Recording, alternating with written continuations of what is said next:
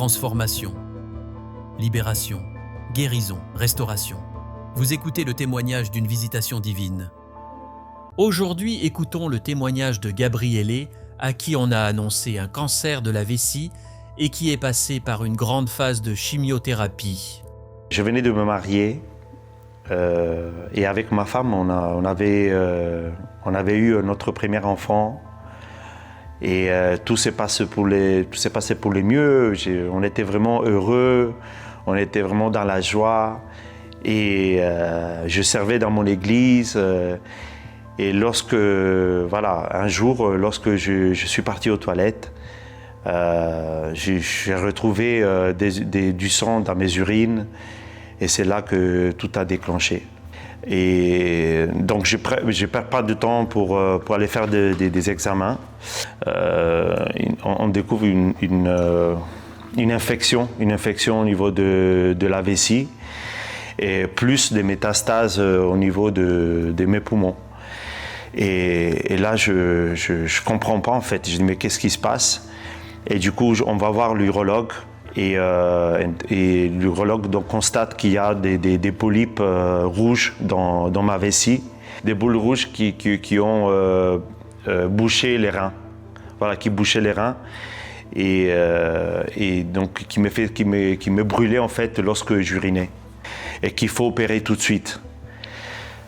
Et avec ma femme, on dit ok, il faut qu'on fasse ça en fait. Et donc on opère et après examen des polypes, l'urologue me dit que j'étais atteint d'un cancer de la vessie et que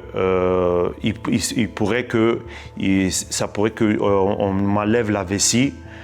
Et il y avait deux options, soit me mettre des sondes extérieures à vie, sans vessie, soit reconstituer une vessie avec des intestins.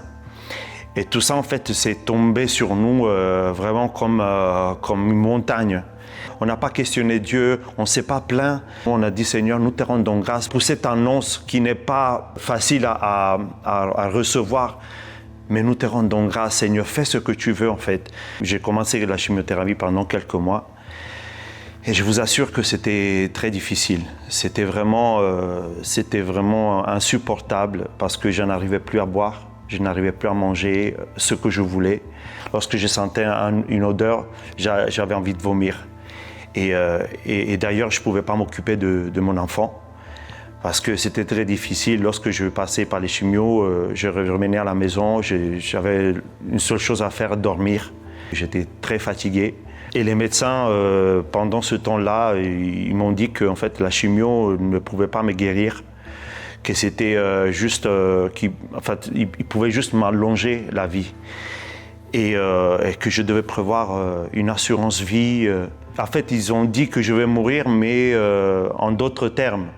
Et ce jour-là, en fait, on était plusieurs. Il y avait ma mère, ma femme, un autre frère de l'église. Et on ne s'est pas laissé abattre par ces paroles. Et après ces 3 semaines d'hôpital, je me retrouve donc dans un centre de rééducation pour réapprendre à marcher parce que quand j'étais déshydraté, j'avais plus de force. Alors pendant la chimio, le temps d'hospitalisation, j'étais confiant que j'allais être guéri. En temps normal, on ne permet pas d'être positif, mais moi j'étais confiant, je savais que le Seigneur allait faire quelque chose. Et même je disais aux autres, que ce soit aux médecins, que ce soit aux infirmiers, que ce soit aux autres patients, je disais, moi je vais être guéri. Jésus guérit encore aujourd'hui et je vais être guéri. Et un jour, j'étais en train de prier à l'hôpital. Je disais, Seigneur, il faut que tu me parles. Il faut que tu me dises quelque chose. La parole qu'il m'a donnée, c'était dans Jacques 1, verset 2, qui dit « Soyez dans la joie, soyez heureux lorsque vous passez par des épreuves. » Et pendant ces moments difficiles, ça m'a aidé en fait à avoir foi en Dieu et à croire que Dieu pouvait me guérir. Donc il y avait un moment de prière, un moment de consécration du mois de novembre. l'apôtre Ivan a donné une parole et il a dit qu'en ce mois de novembre, on ne trouvera plus de maladies graves. Déclaré par le Saint-Esprit, on ne retournera plus aux maladies graves, aux maladies héréditaires, aux maladies mystiques. Et il ne se produira aucune agression, aucun malheur, aucune mort subite, aucune maladie soudaine au nom de Jésus. C'est cette parole qui m'a vraiment fortifié et j'ai saisi cette parole et j'ai dit Seigneur, en ce mois de novembre, comme ton serviteur l'a dit, je vais saisir cette parole et je sais que je vais être guéri. Donc 3 semaines après, je fais un scanner et suite à ce scanner, j'ai un rendez-vous avec l'oncologue. Et l'oncologue, en fait, il regarde les résultats et elle me dit avec étonnement qu'il n'y a plus rien dans mes poumons, qu'il n'y a plus rien dans la vessie, qu'il n'y a plus rien du tout, que je suis guéri. Et la parole qu'elle m'a dit, en fait, c'est que nous, on n'y croyait pas.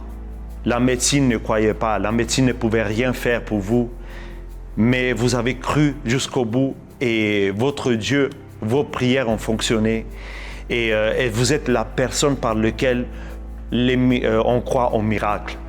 Et même jusqu'à aujourd'hui, vraiment, lorsque je vais voir le médecin, ils sont toujours étonnés, ils sont toujours dans la joie en fait, de me voir en bonne santé. Et même le dernier jour, lorsque j'étais à l'hôpital, j'ai pu parler à d'autres patients en disant que ce que j'ai vécu, si vous donnez votre vie à Jésus, et que vous croyez que Jésus existe et qu'il peut vous guérir, vous pouvez aussi expérimenter ce que j'ai expérimenté.